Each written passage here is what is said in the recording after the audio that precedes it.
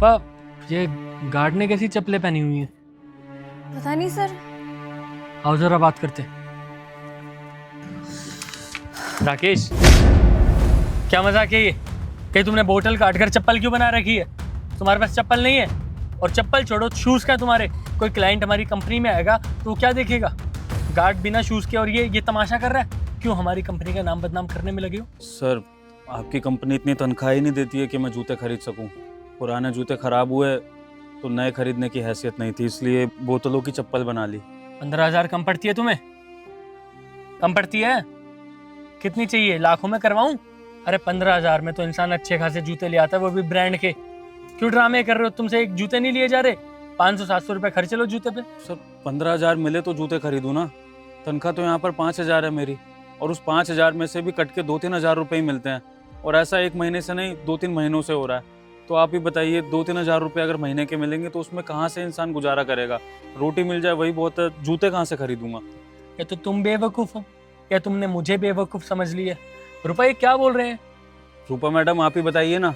आप खुद ही तो मुझे 2-3 हज़ार रुपये की तनख्वाह देती हैं और कहती हैं जो बची हुई तनख्वाह है 2,000 रुपये वो बाद में दे देंगी। आप सच्चाई क्यों नहीं बताती हैं सर जी को? आपने तो बता रखा है कि 5,000 की तनख्वाह है मेरी।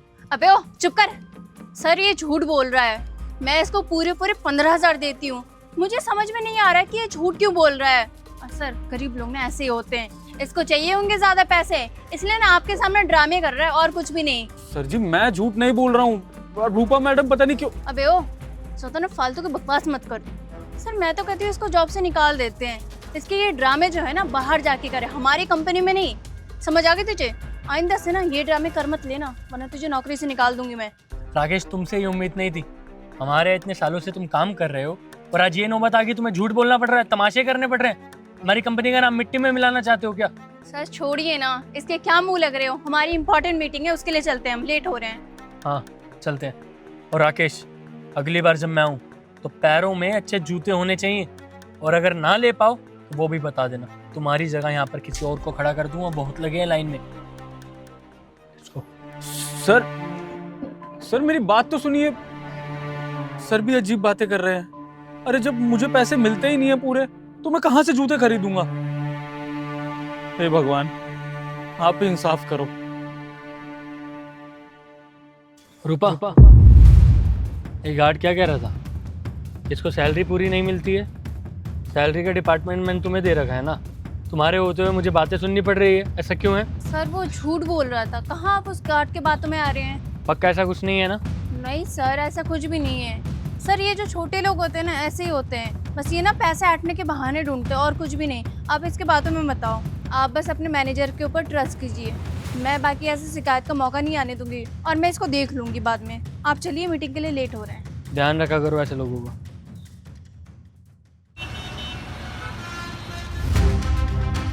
अबे ओ, रख ये पैसे और निकल यहाँ से। निकल मतलब मैडम? मतलब कि ये तुझे इस नौकरी से सर ने निकाल दिया है। सर के सामने बहुत बोल रहा था ना कि 5,000 मिलते, 5,000 मिलते हैं। वो तो सर को मैंने रिक्वेस्ट किया कि सर बेचारे ने काम किया है, इसको ना इसकी सैलरी दे दो। तो सर ने तेरे ऊपर दया करके पैसे दे दिए, वरना सर तो ये भी नहीं दे रहे थे। अब निकल, तुझे काम से निकाल दिया है। सर मुझे ऐसे कैसे नौकरी से निकाल सकते हैं? मेरी गलती क्या है? मुझे एक बार सर से बात करनी है, मेरी सर से बात करवा दीजिए। चुप, बहुत हो गया। मैंने बहुत सुन लिया तेरा बकवास। अब यहाँ से निकल, वरना पुलिस को बुला के ना तुझे अंदर करवा दूंगी। समझ आ गई? चलो अच्छा है, 4 पैसे देके इसका मुंह बंद कर दिया। अब सर को भी कुछ पता नहीं चलेगा। पापा, ये गार्ड क्यों नहीं बैठा चेयर पर? पता नहीं सर। चलो एक बार।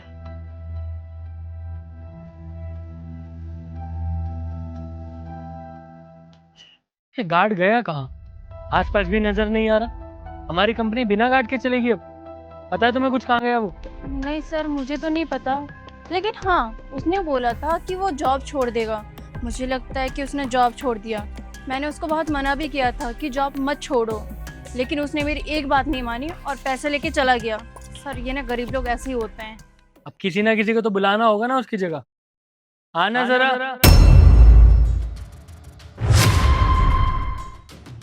हाँ रूपा, तुम कुछ कह रही थी ना, बोलना चाहोगी अब? राकेश, रूपा मैडम कह रही थी कि तुमने नौकरी छोड़ दी है, सच है क्या? नहीं सर, मेरी क्या मजाल जो मैं ऐसे नौकरी छोड़कर चला जाऊं, वो भी आपको बिना बताए। रूपा मैडम ने मुझे कहा था जाने को, सच्चाई मैंने आपको बता ही दी है। ओए, पहले तो तूने झूठा आरोप लगाया मेरे ऊपर कि मैं सैलरी मारती हूँ, और अब तू ये कह रहा है कि मैंने तुझे नौकरी से निकाल दिया। सर, अगर आपने इसको कुछ नहीं बोला ना तो मैं इसको ना झापड़ मारूंगी। बस करो, क्या हाथ उठाने की धमकी क्या दे रही हो? तुम्हारा सच ना सबके सामने आ चुका है, इसने मुझे पहले ही सब कुछ बता दिया था। ये देखिए सर, मैडम ने मुझे ये पैसे दिए हैं और कंपनी से जाने को बोला है।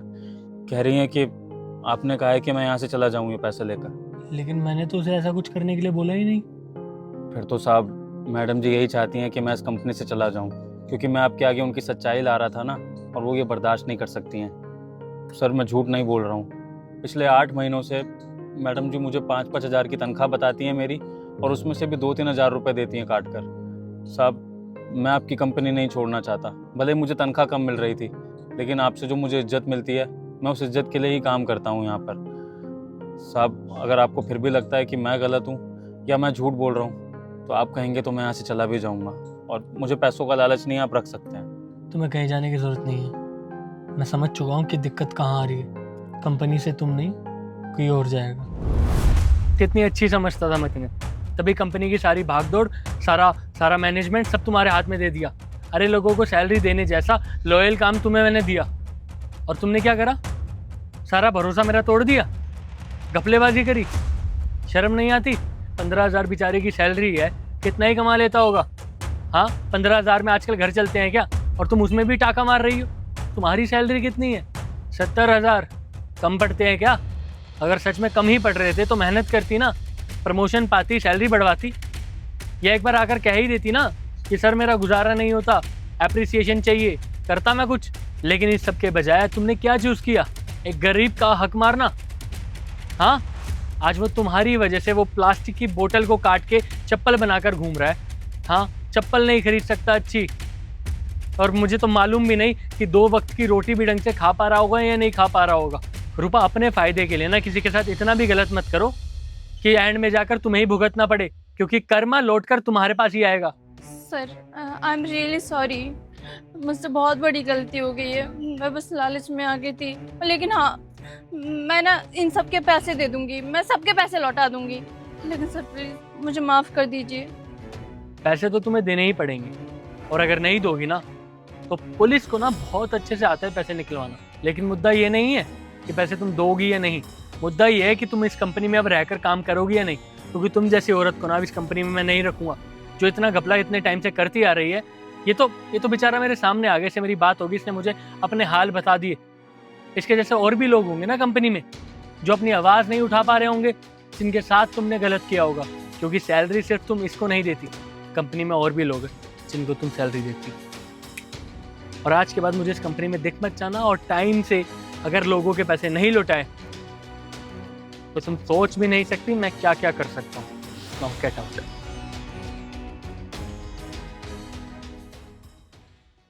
देखो राकेश, मुझे माफ़ कर देना यार, मुझे नहीं पता था मेरी कंपनी में इतनी गलत चीज़ें हो रही है, लोगों के हक मारे जा रहे हैं। अगर मुझे पहले से पता होता तो मैं क्या होने देता यार। या ये पता, मुझे अच्छा लग रहा है कि तेरी पूरी सैलरी तुझे नहीं मिल पा रही है और तू ऐसे दिक्कतों में चल रहा है यार।